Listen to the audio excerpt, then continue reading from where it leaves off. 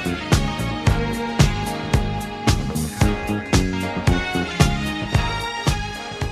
up, y'all? Welcome to another segment of Cocktails on the Couch. I'm your girl, Vanessa J. And joining me today is a special friend of mine who's also joined me on my very first episode of Cocktails on the Couch. You'll remember her by the name Latosha Henderson when she talked about domestic violence. Now she's here today to talk about stolen innocence. Welcome back, Tasha. Hey everyone, and thank you for having me, Miss Vanessa J. Okay, I always like to start with a cocktail. So let's grab that cocktail. Welcome to another segment of Cocktails on the Couch with your girl Vanessa J. Cling, cling, cling. Good, honey. Love the strawberry now. I love it when it's got on. Yes. So, Latosha, let's just jump right in it. Tell us about, I know before you told us when you talked about domestic violence that your grandmother raised you grew up with your grandmother's home. Revisit that. What age you started living with your grandmother and what prompted you to start living with your grandmother? Well, what prompted me is my mother was relatively young when she had me. She had me in early 16, she was 16 years old. Okay. And my mother just, she liked the streets. Okay. Back then, you know, my mother very beautiful, still is today at the age of 64. Mm-hmm. She was a model and she just like older guys. And back then, you know, the guys with the Fleetwood, Coupe de Ville and the perms. Not the Fleetwood. The Fleetwood, honey. Cadillac and the perm. And somehow she got pregnant with me. And my father was 20. Okay. She's 16 and he was 20. He was riding that Fleetwood though, right? He was driving that Fleetwood Okay. and he was preparing to leave for the Vietnam War. Okay. And so because my mother liked to run the streets and I was the first grandchild, my grandmother, my late grandmother, Mother Bernice Barnes, beautiful soul, beautiful soul. She died in 2008, complications with dementia. And she took me, I had to be 6 weeks. 6 weeks So your old. great grandmother raised you, not your grandmother? No, my grandmother, my mother's mother, my maternal. Maternal grandmother, okay. And what age were you when she started raising you? About 6 weeks. About 6 weeks old? Yes, so I guess when my mother, you know, when everything started healing, my mother hit the streets again. And there were several times when my mother, I knew my mother. There were several times when my mother tried to take me, and from what I heard, my grandmother forbidden that. Now, was she living in the household with you, your mother? Yes, she was on and off. Okay. On and off, yeah. Okay. Did you have any other siblings? Yes, matter of fact, I do. I have one sister who's 7 years younger than me. I have a younger brother, and then a younger brother who unfortunately died he was a victim of gunshot in Chicago back in 2001. So he was 18 when I lost my brother. Sorry to hear that. You were 18, he was 18? He was 18. He was 18 years old. Wow, sorry to hear that. So what was the family dynamics like in your household? Whew. Well, my grandmother is Southern. Okay. She was Southern. My grandmother had 9 children of her own. 9 children? 9 children of her own. Wow. And Okay. 5 girls, 4 boys. And it was a strict Southern Baptist church-going family. Okay. My grandmother can cook, and she had us in the kitchen. It wasn't this canned food and things. She had her own garden, and we were in that kitchen. And some of those things they rubbed off again on me. Okay. And so I'm an excellent cook. I love to cook. I love to cook soul food. Yes. But we grew up on like, you know, pork and things of that nature, which I don't eat pork anymore. But growing up, because I didn't know. Okay. And so as I grew into my identity, I started changing things for healthier reasons for me and my family now. Okay. So what was your childhood like? From what I can remember, Vanessa J, my childhood was not a good childhood. I often played by myself. My grandmother, she did the best that she can do. Okay. She did. When I say the love for her is still here. She instilled a lot of things in me that I passed on to my 6 daughters and then my grandbabies as well. But it was strict. Mama was strict. Mama worked 2 jobs. She was a lunchroom lady. Okay. So you did call your grandmother Mama? Yep. Okay. Still do. Okay. Okay. And I've never called her grandma. And then my aunts were like my sisters and brothers. Were they in the household as well? They were. All 9 of them? Yeah, all 9. But then slowly the older one, you know, the older ones. Well, of course my mother, in and out. She was in and out. But my older aunts and uncles, they were gradually moving out. They were a little older when I was born. Okay. And so me and my Aunt Kim, we're 5 years apart, so we were pretty much kind of like grew up together. Okay. But yeah, Mama she was strict. She wouldn't call, did you do your homework? She'd say, did you get your lesson? Okay. Old school, yeah. Yeah. So we Sunday dinners was Sunday dinners. Like, you talk about soul. What was it? A soul family, soul food. Soul food, yeah. That was us. We grew up in this little small church in Markham called Greater Mount Olive. They've recently torn it down. I took a picture of it before and after. Okay. A little small, little shack-like church, but it was full of faith and it was full of love, and we were just one close-knit family. So y'all a church-going family? Absolutely. Sunday school. Was it like everybody in the household, Sunday, it's time to go to church? Or was it just like you and your siblings? No. Because her kids was grown now.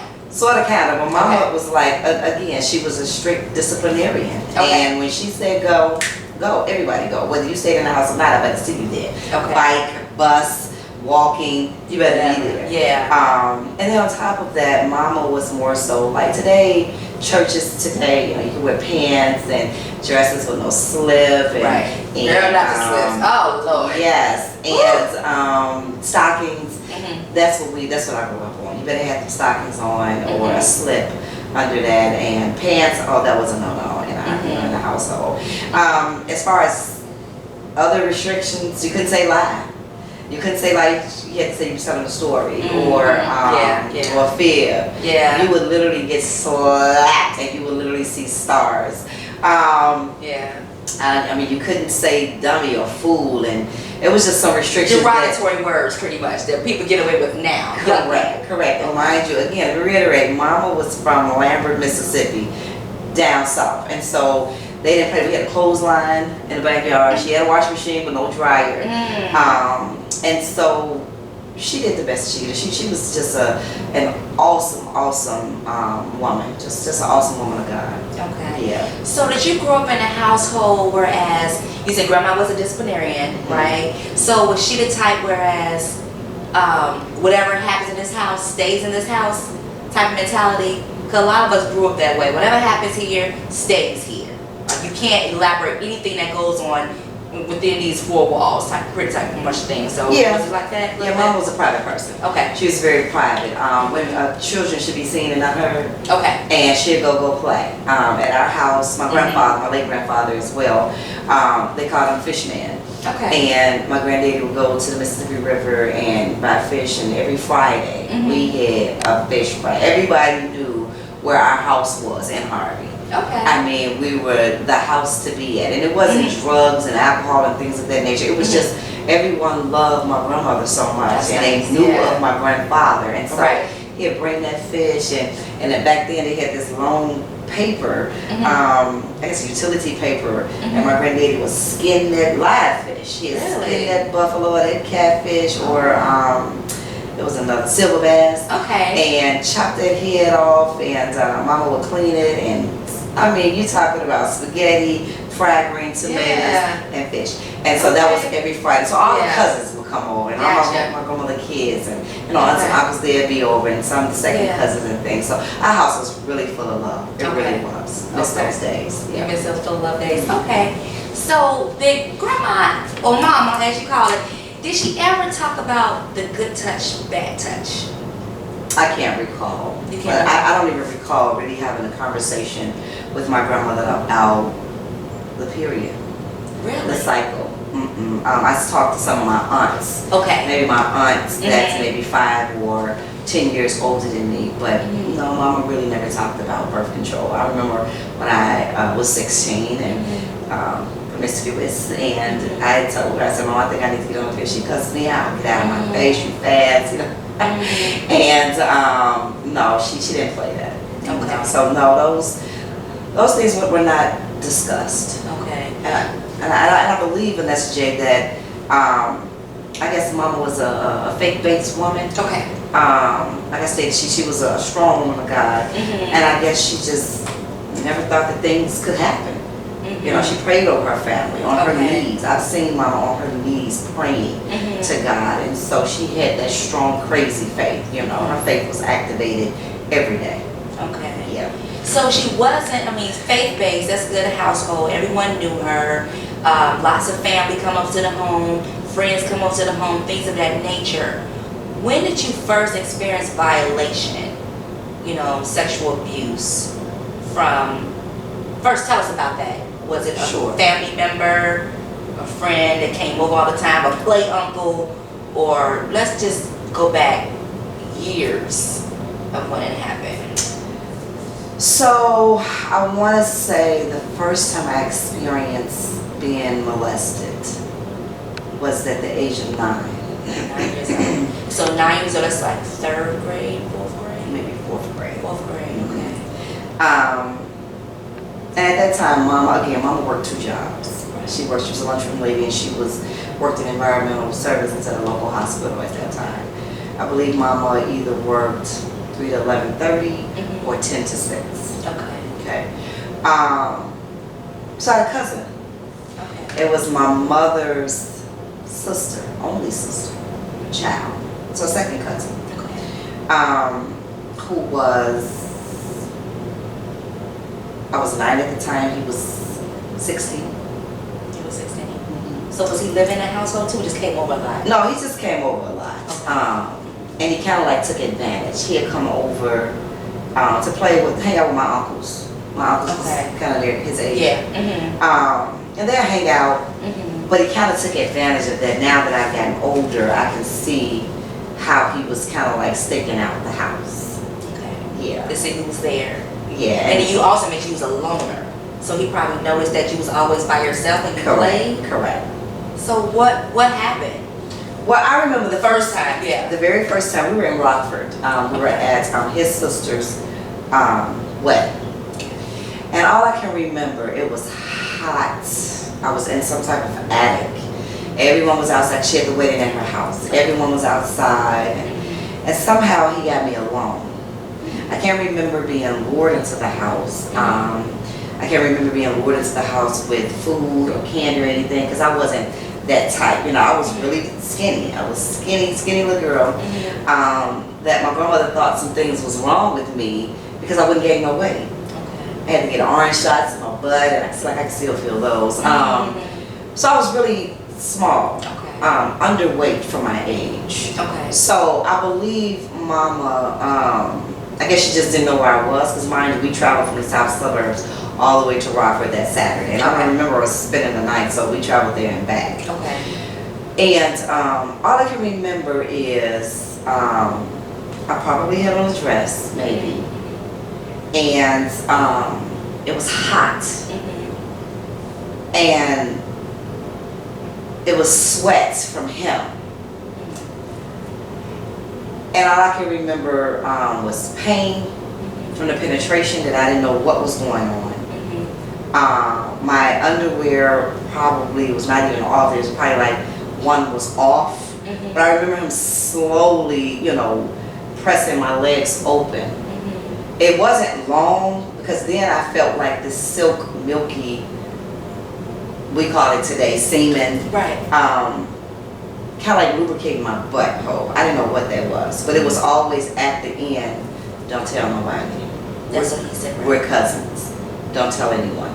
So because I come from a household where, again, a lot of love, and I knew if my uncles knew about it, this wouldn't have happened, because they protected me. I'm the oldest. So you knew it was wrong?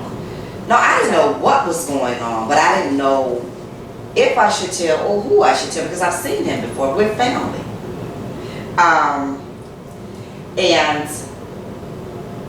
again, in our household, kids should be seen and not heard. You cannot stand around while adults are talking. Mama didn't play that. Right. What do you want? Go somewhere and play, you know. But because I guess over the years my cousin had built a rapport with me.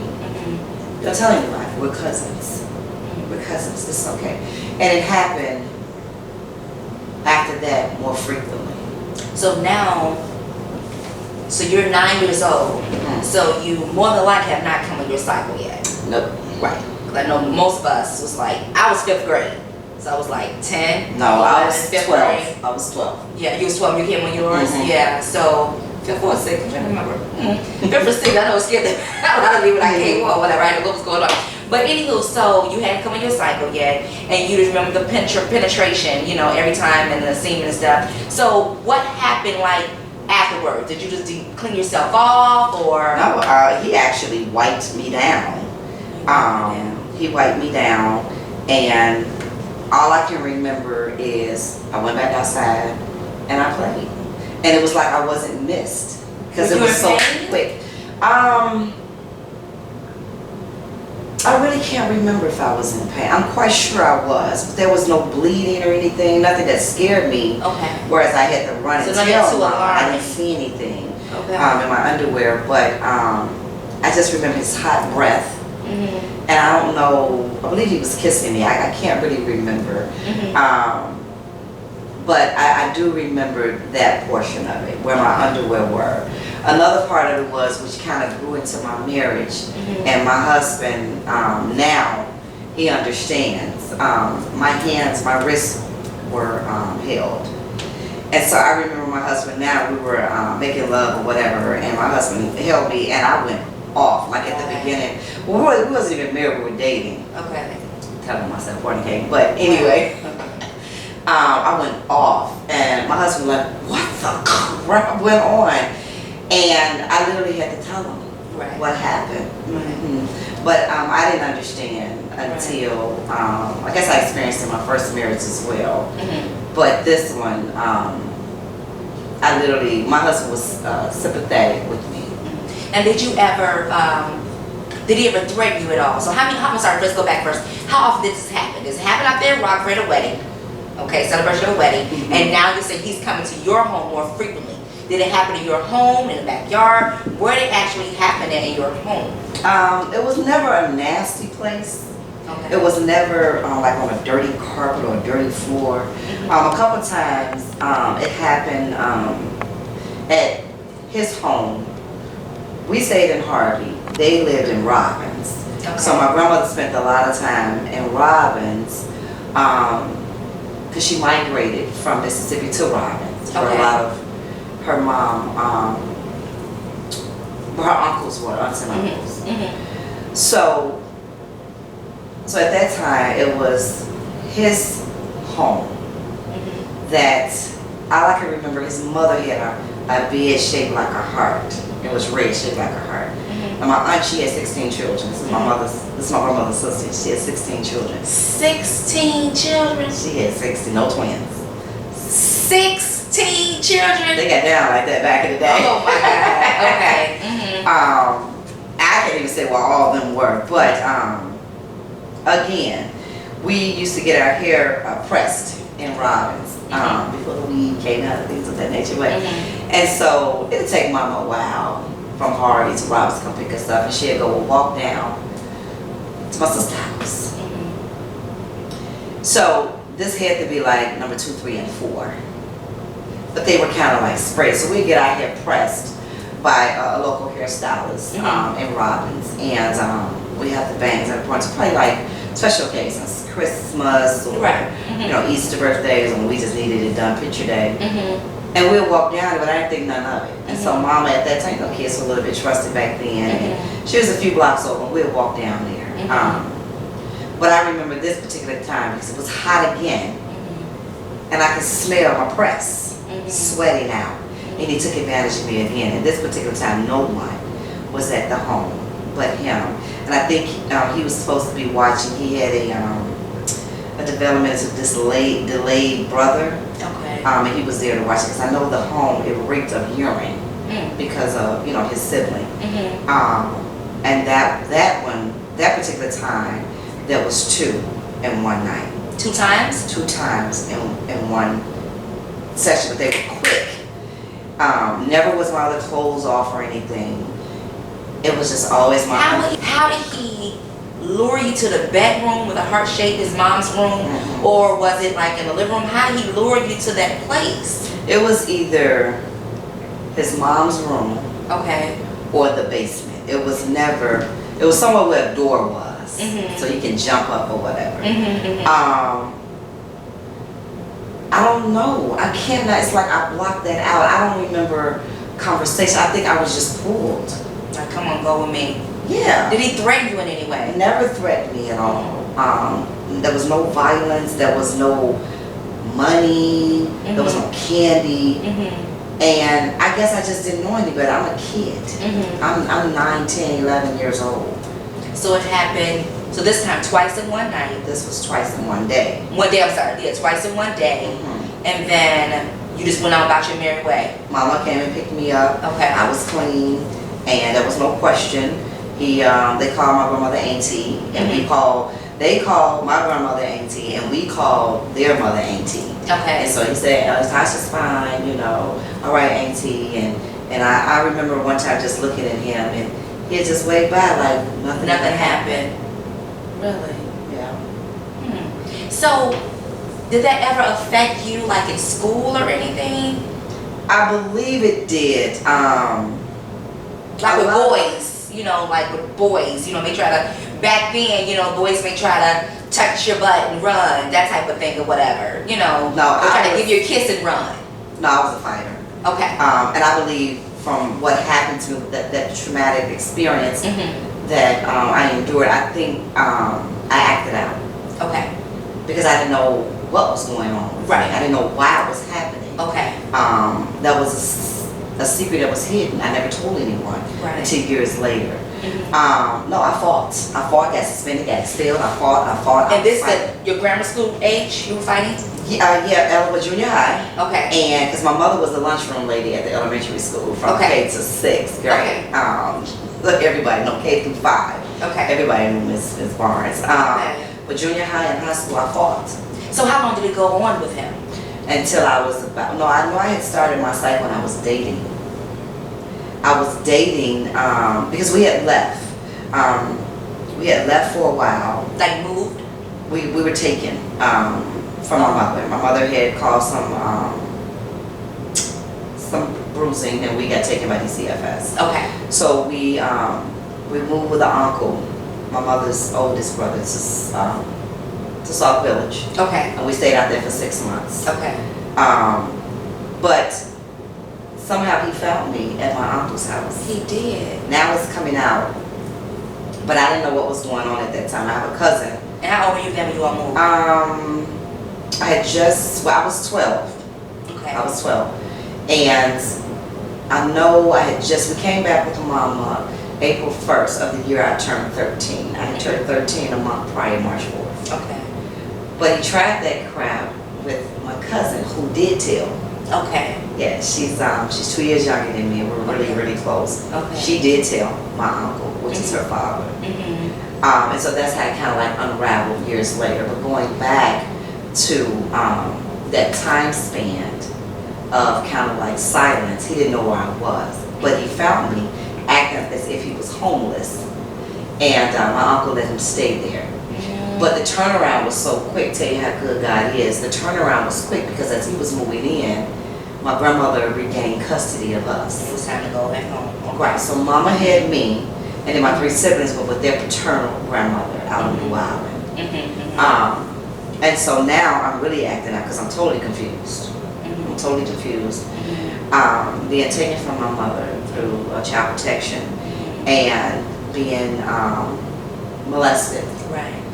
At that time, my mother was a pure crackhead. Your mother now? Now my mother is a pure crackhead.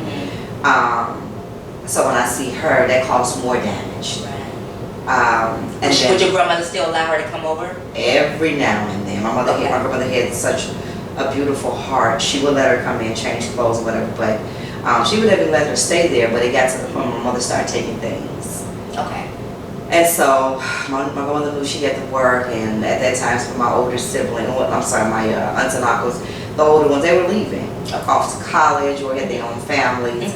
So no one was home, so she had to leave. When mama left, she had to leave. Okay. And so now I'm over traumatized. And so I started dating my freshman year at high school. Just about 13, 14? 15. I was Okay. 16 at that time. Okay. And I started dating my children's kid's father. And he came by the house. The cousin? The cousin came by the house. So at this time, I'm not having sex with my two oldest kids' father, but now I know. Now at that time, I have started my cycle, and I've had health in 8th grade. And, Right. And hear my friends having sex or have a boyfriend and things. So I know now. That is not sure right. That is not right. Right. And even at that time, Vanessa J, when the years that it happened, and the many times that I was molested, it didn't feel right. The more and more it happened, but it was like kind of like a, is it right or isn't it right? Well, you're my cousin, your family, and I know this is not right. But then the more and more I matured, I knew that this is wrong, and you're taking advantage of me. You being 5 years older than me, 5 or 6 years. Well, this particular night, it ended, and it literally, the cat came out the bag. Mama was at work. I'm home alone. My aunts, my 2 aunts had left, and he came over. Somehow the door was unlocked, and he come in. I'm upstairs, and I'm on the phone talking to my 2 oldest kids' father. Right. But at that time, now I'm afraid of him, and I used to wonder why, like at family reunions and things of that nature, why I would cringe, you know, and like touch me or keep my distance or wouldn't smile around. I didn't know what was going on with me, but I knew it was something about this guy that scared me. So here I am, 15. I'm on the phone, and I like the time when, you know, my aunts and uncles, they was gone because I had a phone to myself. Right. I got a landline, I ain't no cell phone. Right. So I'm on the phone talking to my 2 oldest girls' dad, and I heard this voice. Anybody here? Auntie, anybody here? And I jumped up and went downstairs, and I looked like, what are you doing here? So I'm going here like a tri-level kind of like house. Okay. You here by yourself? I'm like, yeah. Well, mind you, I left the phone upstairs. I have a cordless phone at that. At the long cord. The phone cord I left upstairs. Right. So I had told him, I said, nobody's here. You here by yourself? Yes. Where you been? I've been missing you. You know, I think he had went away to the service. I believe he had went away to the service. So he's about what, 21, 22 now? Yeah. He's 15, yeah. Yeah. Like that, okay. Approaching 16. I was a couple of months away from 6 because I remember it was cold outside. Okay. And he go, you here by yourself, and you look nice, and you matured, and so that was a period where he was absent. Okay. Yeah. So again, my emotions kicked in. I'm scared. And he goes, well, it's good. I'm just sitting here for a while and wait for he called one of my uncle's name. I said, well, he's not here. He hasn't been here. Matter of fact, he doesn't even live here anymore. I just came back from the service, and you know, I want to invite him to call him. And so he wouldn't leave. So I go back upstairs and I'm whispering.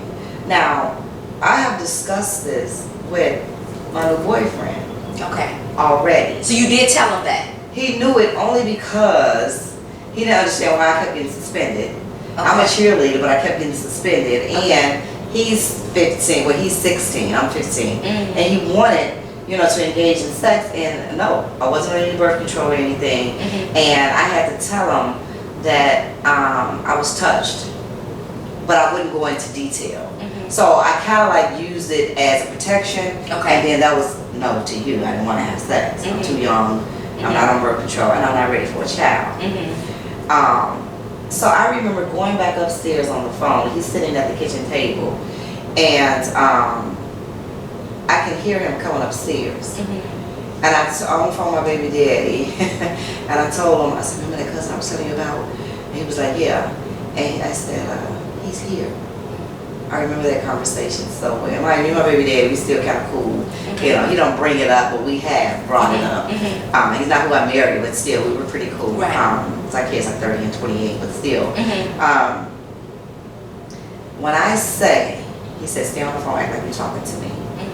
He must have ran 15 blocks. And he was there in no time. Really? He got there in the nick of time. because my cousin was getting ready to take advantage of me. He came upstairs to your room? Again, he came upstairs Mhm. to my room Mhm. and politely barged in. Wow.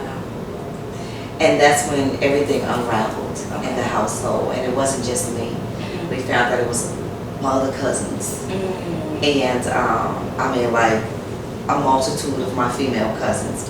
Really? That he, And obviously no protection. no. Nobody got pregnant, thank God. But he took advantage. who was he sleeping with? Like if he had a girlfriend or other women he doing this to. So thank God you didn't catch nothing. Correct. You know what I'm saying? In the midst of all this. And your cousins, who could have been sexually active, could have not been, but the people he's dealing with. So everybody having sex with each other, so to speak. You know what I'm saying? Mhm. That's like, wow. And so he attempted to with one of my cousins. It came out, the cousin that I lived with in South Village, it came out that he tried, and my uncle snapped. When I say snap, pulled a gun out. See, he knew that I didn't have that. Right. My grandfather didn't live there. He didn't see a father. My grandmother worked 2 jobs. Right. My mother was on the Yep. street. He knew that, so he checked the scene, basically. And that's how my innocence was stolen. So studies show that most common effects of sexual abuse as a child, you have symptoms of post-traumatic stress, psychological distress, sexually active, inappropriate sexual behavior. Do any of those kind of like symptoms you can pretty much relate to? I can honestly say, my grandmother said that I had counseling. You didn't go to counseling after She this? said I went counseling. I don't remember. Okay. But whatever counselor it was, it helped. Okay. And it was like, it was blocked out for years. But still, now at this time, everyone knows it's an embarrassment. So he didn't come around for a while. Black folks, we have a family reunion. He didn't come around. But the times that he did come around, I would always wonder why my 4 uncles was around me. Even when I was married, my first husband, why are y'all around me? Why? Because at this time, everything had blocked out because of the counseling that I had. And Mama said I had counseling for about a year. Okay. My uncles will always be around me. And they're able to touch you straight, everything good. Right, protection. Yeah. So, even my ex-husband at that time, he didn't understand. What's going on? I don't know. Did you ever tell your ex-husband? You told the babies, the 2 oldest kids' father, when he came and saved the day. Did he beat him up? He attempted to. Okay. But he ran. Well, he was Oh, the other guy. Okay. Yeah, So the other guy ran. So you didn't see him for a while. So, what happened after that? Obviously you still continue to date, and you end up having to get a baby at 16, right? I had Amber at 17. At 17. At 17 And the years other old. one at 19. At 19 years old. Same Okay. guy. So, what was did it affect your sexual behavior at all? When you were with, your boyfriends and husband, things of that nature? Well, not with my kid's father. Okay. No. But in my marriage, my first marriage, it did. It did. Okay. I had a high sex drive and didn't understand why. And I talked to my doctor, who's been my doctor for 30 years now, and she goes, "That's just your hormones." I said, "No, something happened." Did your doctor know about your previous experience though? No, she still doesn't know. Okay, gotcha. I didn't understand why. I liked sex, and it wasn't so much the orgasm; it was the penis inside. Gotcha. I just wanted to be penetrated. Penetration. Yeah. I could go on, and you talking about back to back or every day. My ex-husband was like, "What the crap is wrong with you?" Okay.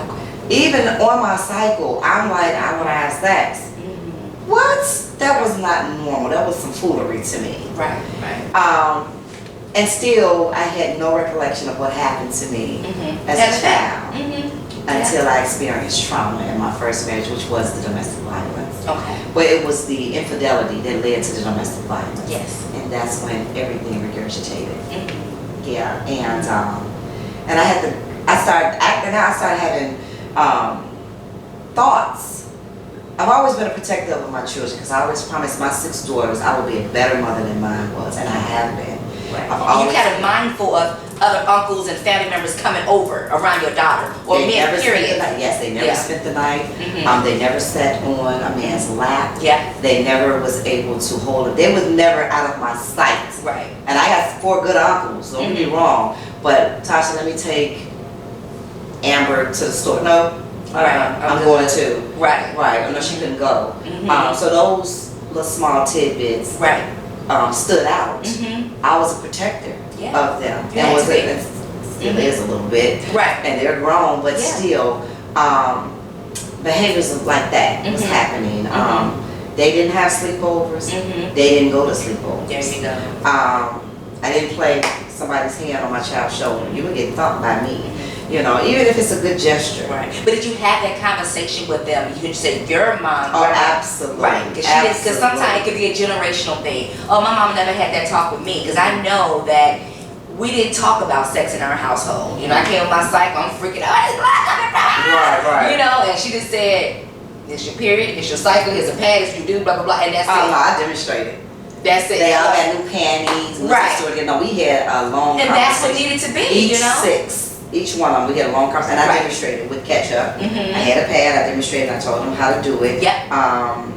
I don't think Wings was out when my 30-year-old started her cycle, but I remember demonstrating. I told them how to keep their body clean. Yes. And it's old, you know, it has an odor, and you can get pregnant. Right. When you start your cycle, there's nothing wrong with it. This is from God. Right. It's just something that women go through to protect yourself. And things. So yeah, we had the foot. They'll tell you, if you ever meet them, they would tell you, my mama broke it down.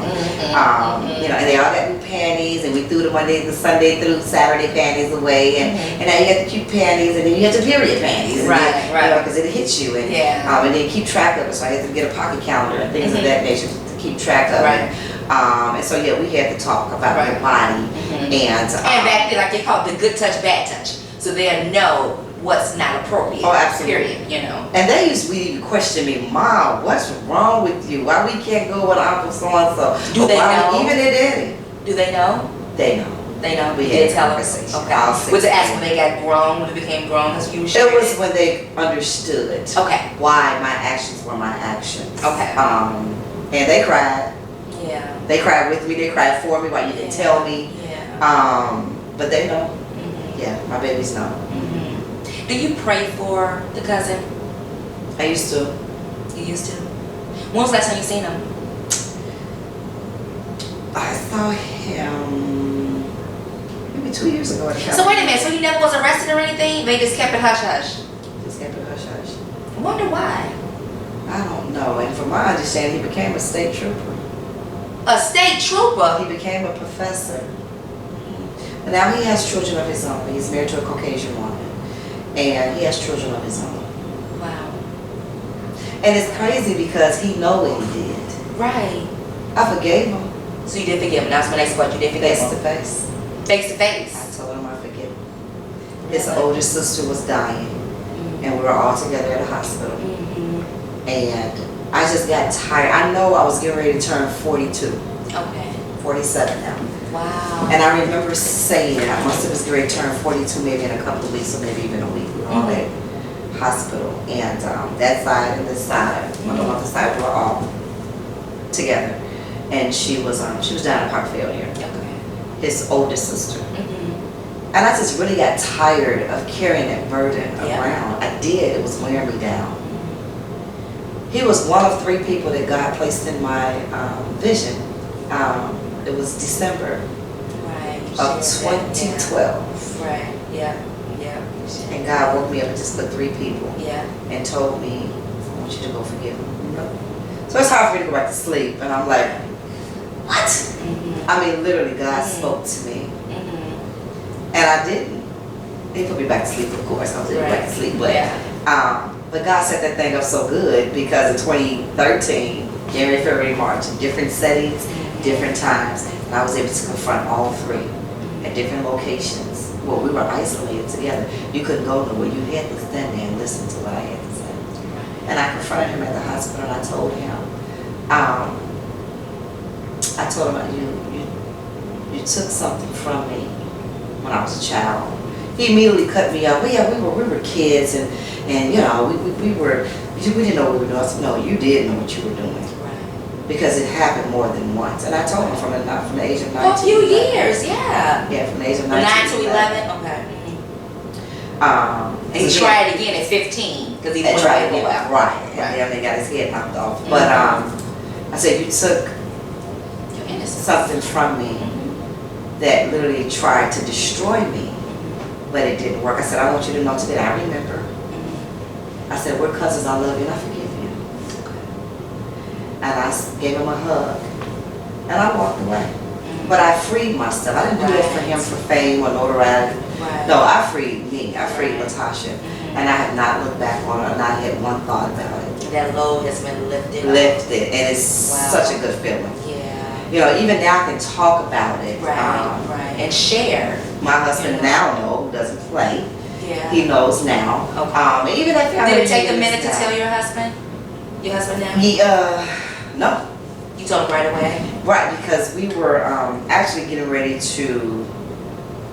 No, my grandmother, we wasn't married then, 2008 when my grandmother passed. My husband now was coming to, we were just dating, he was coming to the funeral. Okay.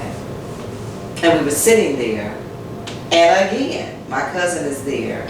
Now his two of my uncles sat behind me, and so my husband now turned around, hey, so-and-so, hey, so-and-so.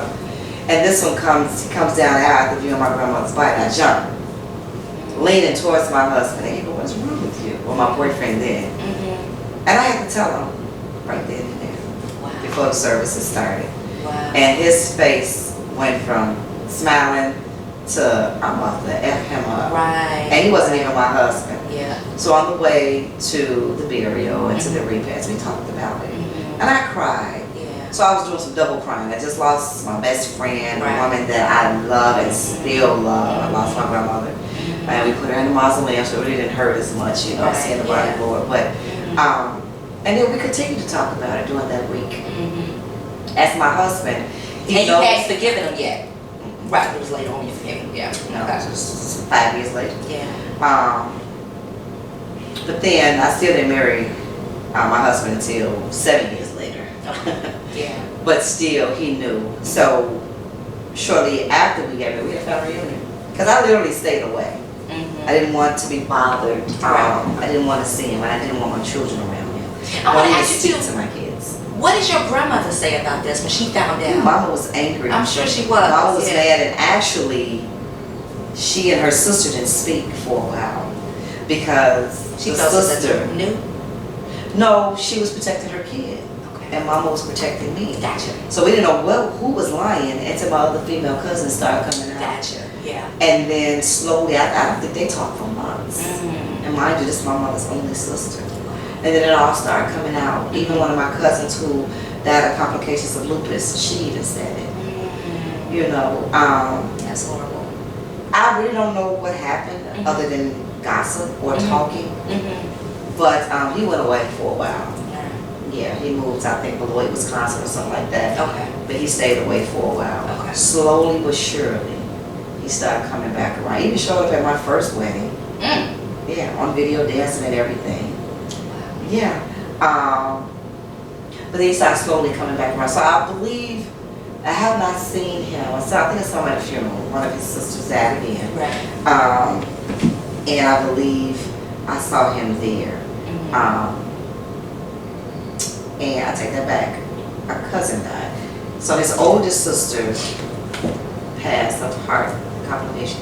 Her daughter passed. A few years later, the same thing. And we went to a funeral maybe last year, year before last. And my husband, now he's my husband. He didn't forget the face. But it's crazy because my cousin knew. Because he had walked the room and speak to everybody, but he never came to my table. It was me. I think I had 4 of my daughters and my husband, my grandbabies. He didn't stop at that table to say hello or anything. And my husband was ready for him, but it's just the point, you know. But at that time, I had forgiven him. Will I speak to him again? Probably not. I don't have to. Could you forgive it? I've forgiven you. I don't have to say anything else to you. But do I pray for him, Vanessa J? No. I did, and I told him in his face, you know, that I asked God to have mercy on your soul. I did tell him that. And I gave him a hug and walked away the day I forgave him. But we don't have to speak. We don't. And God and life, we get him for what he did to me. Exactly. Right. God and life. So what message would you like to share with other women who may be experiencing a traumatic experience, or may have experienced it, or may be experiencing it? What message would you tell them now? Sure, whether young or old. Young or old, exactly. Molestation can show up at any age in life. Okay. But don't keep it a secret. Just like domestic violence is a silent killer, this is a silent internal killer. Right. Tell someone, text someone. Right. What's right is right and what's wrong is wrong. Right. Being touched at a young age, that's molestation. It is, yes, absolutely. Teenager, that's molestation. It's different from sexual assault and rape to me. If you're a child that experienced that, tell. Send a letter. If you're the type of household that I grew up in, where children are seen and not heard and wished away, tell a teacher, find somebody to tell, because I don't know what would have happened with me if I didn't have counseling. I don't know where I would be. It did cause a high sex drive in my marriage that I didn't know what was going on. But by the time I got married, it was an 8-year period in between I remarried. But I'm going to go there, high sex drive. No, I'm just kidding. But even my husband now, I don't have that with him. Because God freed me. And I was able to get that thing under control. But I just really hate the fact, I wish it stayed buried.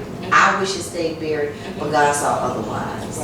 So that traumatic experience that I faced with my first husband, like I said, everything regurgitated. And I had to go to my grandmother, Vanessa, and I was like, did something happen to me as a child? And Mama looked at me like,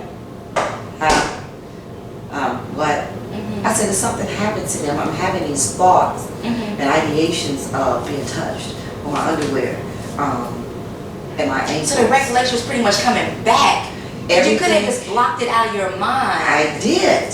Wow. I did. And finally, Mama told me. She said, you don't remember? And she was getting angry. She thought I was playing, because I'm kind of like the jokester. And I said, no, Mama. I said, something is happening. Because when I'm making love to my husband, when he grabbed my wrist, I'm going off. I'm kicking. I remember one time kicking him. Wham! Whole leg came up. Balls and everything, and I'm like, oh my God, what am I doing? I was having some serious issues. Even talking to a counselor through the IEP program with my job. I mean, AEP program, EAP program. I still did, nothing came out. I don't remember. Even the therapist asked me, were you touched? I said, I don't think so. I said, my girl didn't play that, you know. But I had to hear it from her. Then Mama told me, she said, yeah. I said, by who? I know it wasn't one of my uncles or anything. And she told me who it was. And then everything started coming up, but I broke down. I fell into depression. So part of me, I'm glad I found out, but part of me, I wish it stayed buried. And so again, a woman, a child, first of all, a child that's my age should not be around a grown man.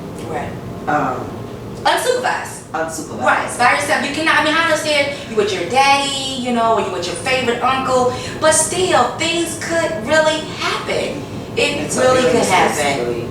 So illness is just out there running rampant. But you just never know that it's so many kids. You're absolutely right. You made a good point. Mental illness. You could have experienced that. There's so many people who are experiencing mental illness from traumatic situations like that. But I'm saying from the molester part of it. Because I'm thinking that, I remember doing some research. The molester was molested.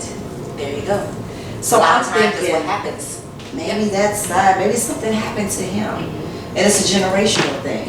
Oh, but it stopped with me and mine.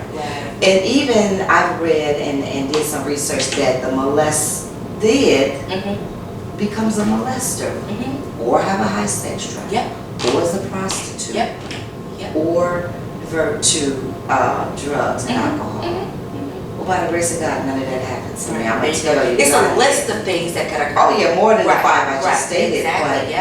But maybe it came out in fighting, because I was a fighter. Aggressiveness, I mean fighting girls and guys. Suspended, I get suspended for 3 days, come back, spend it again. Oh my God, I drove my grandmother crazy. Yeah. But then I had a baby and matured. When I had my oldest, I matured. I still would go for some because I had to protect her. I felt that way. Even working, it was just hard for me. So I worked midnights for a long time. So I wouldn't miss anything. I was by my daughter's side. Yeah. So going back to your question, yes, young lady or young man. Yeah. Open your mouth. Antoine Fisher is a very good, that movie is a very good example of how molestation can happen to a young man, to a boy. It's not just, it doesn't show its wickedness with females only. You have a lot now that are being, a lot of females that are being watched by the mother's boyfriend. Young ladies, wake up. Wake up. It is happening. They get yours in this one. To do your research. And stop bringing men around your children so early. And have that conversation with your child at that age, the sexual conversation. The good touch, bad touch, The whatever. right, the wrong. The right, the wrong. And tell. Exactly. And say something. Have that conversation at a young age so they know what's not appropriate. You know what I'm saying? Correct. So, Yes. I want to appreciate you. I appreciate you so much for coming on my show. Thank you. I had to get it out. I'm so glad I was able to tell the world about it. Someone needed to hear that. A multitude of individuals needed to hear that. Absolutely. And you can make it. You can have it. It tried to leave a scar. But God said otherwise. God said, no, this is not going to hinder you. And so the chains were broken. I did something that I didn't want to do, but I trusted God anyway. Okay, well, I'm going to trust you. Whatever reason you making me say I forgive you, for whatever reason. But He showed up. There you go. Right on time. Through my obedience. There you go. Amen. Amen, church. Amen. Hallelujah. All right. Let's turn the camera. Yes. So, once again, thank you so much, Tosh, for joining me and talk about your story stuff with Glad to be here. We're going to end with a cocktail. I was at the end of my show with a cocktail. Thank you for another segment of Cocktails on the Couch with your girl, Vanessa J. Thank you guys for joining me. Be blessed.